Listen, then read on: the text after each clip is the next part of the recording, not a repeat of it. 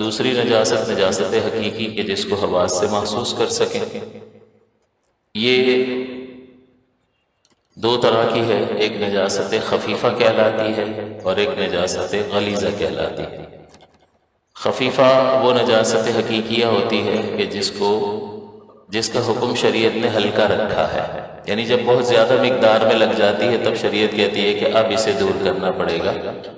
ضروری ہے، ورنہ طہارت حاصل نہیں ہوگی، اور طہارت نہیں ہوگی تو نماز بھی نہیں ہوگی۔ اور یہ دو چیزیں ہیں، حلال جانوروں کا پیشاب یہ نجاست خفیفہ ہے، بہت زیادہ لگ جائے گا تب آپ کو پاک کرنے کا حکم دیا جائے گا، اور جو اونچا اڑنے والے شکاری پرندے ہیں ان کی بیٹ یہ نجاست خفیفہ ہے، جیسے باز ہے وہ شکار کر کے کھاتا ہے، اسی طرح جتنے بھی شکاری پرندے ہیں اونچا اڑنے والے ان کی بیٹ نجاست خفیفہ ہوتی ہے۔ تو نجاست خفیفہ فقط دو ہیں، وہ جانور جن کا گوشت کھایا جاتا ہے ان کا پیشاب، اور اونچا اڑنے والے شکاری پرندوں کی بیٹ یہ نجاست خفیفہ ہے۔ اور خفیفہ کے بارے میں آپ کو بتایا کہ اس کا حکم شریعت نے ہلکا رکھا ہے،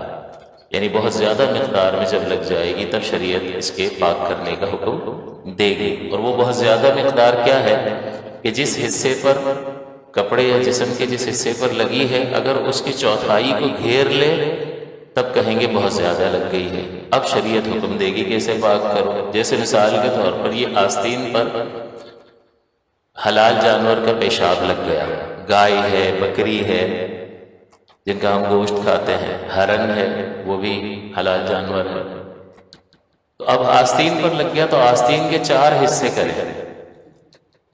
4 حصے کرنے کے بعد جب یہ پورا چوتھائی حصہ اگر اس سے سن گیا ہے، بھر گیا ہے،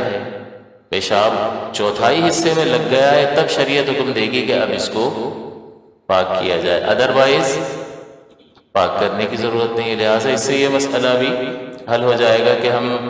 جب جو یہ باڑے وغیرہ میں کام کر رہے ہوتے ہیں، بھینسیں وغیرہ جانور کی دیکھ ریکھ کی ذمہ داری ان کی ہوتی ہے، وہ اور خاص کر ہم جو ہے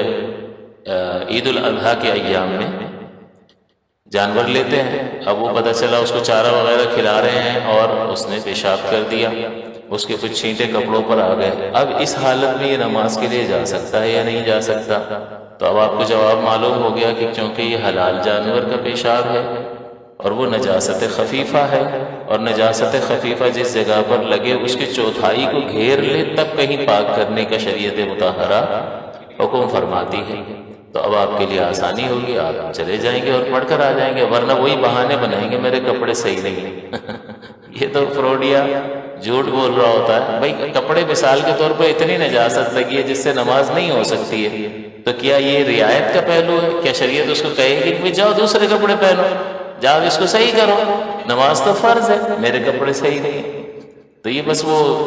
جو سامنے کہہ رہا ہوتا ہے نا، مروتاً اس کو ڈائریکٹلی منع نہیں کر پاتا، اس لیے بہانے بنا رہا ہوتا ہے۔ اس بندے کی اتنی مروت کہ اس کو جھوٹ بول کر اپنے آپ کو نکالنا چاہتا ہے، اللہ تبارک و تعالیٰ کے احسانات کا اس کی کوئی مروت نہیں ہے، اس کے مروت کا کوئی تقاضا نہیں ہے۔ بندہ مروت کس سے کرتا ہے؟ جس کے کچھ احسانات ہوتے ہیں، جس کا کوئی درجہ مرتبہ بڑا ہوتا ہے، تو بندہ مروتاً اس کو ڈائریکٹلی اٹیک نہیں کرتا، بھائی اپنا کام کرو میں نہیں پڑھتا، ایسے نہیں کہتا، بہانے بناتا ہے۔ کیوں؟ یار بڑا آدمی ہے، یار اس کے احسانات ہیں، یار پڑوسی ہے، کلیگ ہے، مروت کے کچھ تقاضے ہوتے ہیں، تو اللہ تعالیٰ کی بارگاہ میں مروت کا کوئی تقاضا نہیں ہے۔ سوچنا چاہیے انسان کو، لہٰذا یہ تو بالکل بیکار بات ہے۔ تو کپڑے صحیح نہیں ہیں تو بھائی ہو سکتا ہے کہ اس کے کپڑوں پر کچھ لگ گیا ہو اور اسے بہانہ بنا رہا ہو، تو پھر اس کے لیے علم ضروری ہے نا۔ پتہ چلا یہ حلال جانور کا پیشاب تھوڑی سی مقدار میں لگا ہے، شریعت مطالبہ ہی نہیں کر رہی ہے، شریعت کہہ رہی ہے تمہارے کپڑے صحیح ہیں اور یہ کہہ رہا ہے کہ صحیح نہیں ہے، نماز کے لائق نہیں ہے، لیکن شریعت کہہ رہی ہے ٹھیک ہے تمہارے کپڑے اس میں تم پڑھ سکتے۔ تو علم ضروری ہے، بعض اوقات لا علمی کی بنا پر انسان ایسے فیصلے کر رہا ہوتا ہے، پریشان ہو رہا ہوتا ہے۔ اچھا جس کو مسئلہ معلوم نہیں ہے وہ پڑھنا بھی چاہتا ہے، پڑھتا بھی ہے، لیکن اب مسئلہ یہ ہے کہ اب یہ کیا کرے، اس کو یہ نجاست لگ گئی ہے، اب ایک طرف جماعت کھڑی ہے اور یہ جماعت سے نماز پڑھتا ہے، جماعت واجب ہے، اور اب یہ تھوڑے سے چھینٹے آ گئے ہیں، اب یہ بھاگ رہا پاک کرنے کے لیے، اب اس کو کہاں جانا چاہیے؟ اس کو جماعت اٹینڈ کرنی چاہیے، کیونکہ جماعت اٹینڈ کرنا واجب ہے، اور یہ تھوڑی سی جو نجاست لگی ہوئی ہے اس کا دور کرنا سنت مبارکہ ہے، تو واجب کا درجہ سنت سے زیادہ ہوتا ہے، کیونکہ وہ قوی دلائل سے ثابت ہوتا ہے، اس کی دلیل مضبوط ہوتی ہے۔ فرض کا درجہ اور زیادہ ہوتا ہے، اس کی دلیل اور مضبوط ہوتی ہے۔ اور فرض بھی نبی کریم کی سنت ہے یا نہیں؟ نبی کریم نے سارے فرض پورے کیے ہیں یا نہیں کیے ہیں؟ انہی سے تو ہم نے لیا، جتنے واجبات ہیں وہ نبی کریم صلی اللہ علیہ وسلم نے پورے فرمائے ہیں، تو واجب جو ہے وہ بھی نبی کریم کی سنت ہی ہوتا ہے۔ تو یہ درجے اس لیے مقرر کیے جاتے ہیں کہ جس عمل کی دلیل مضبوط ہوتی ہے وہ اس ہی درجے میں رکھا جاتا ہے۔ فرض جو ہے وہ بہت پاورفل دلیل سے ثابت ہوتا ہے کہ اس کا تو انکار کرنا ہی کفر ہوتا ہے۔ تو کہنے کا مقصد یہ ہے کہ اب اس شخص کو اگر مسئلہ معلوم ہے تو یہ ڈائریکٹ جا کے جماعت سے نماز پڑھ لے گا، یہ بھاگے گا نہیں کہ کپڑے پاک کر کے آؤں، کیونکہ جب اس کو مسئلہ معلوم ہو گیا کہ بھئی اتنی نجاست میں شریعت اس چیز کے صاف کرنے کا مطالبہ نہیں کرتی ہے تو کیا کرنا چاہیے؟ جماعت ہو رہی ہے وہ نماز ادا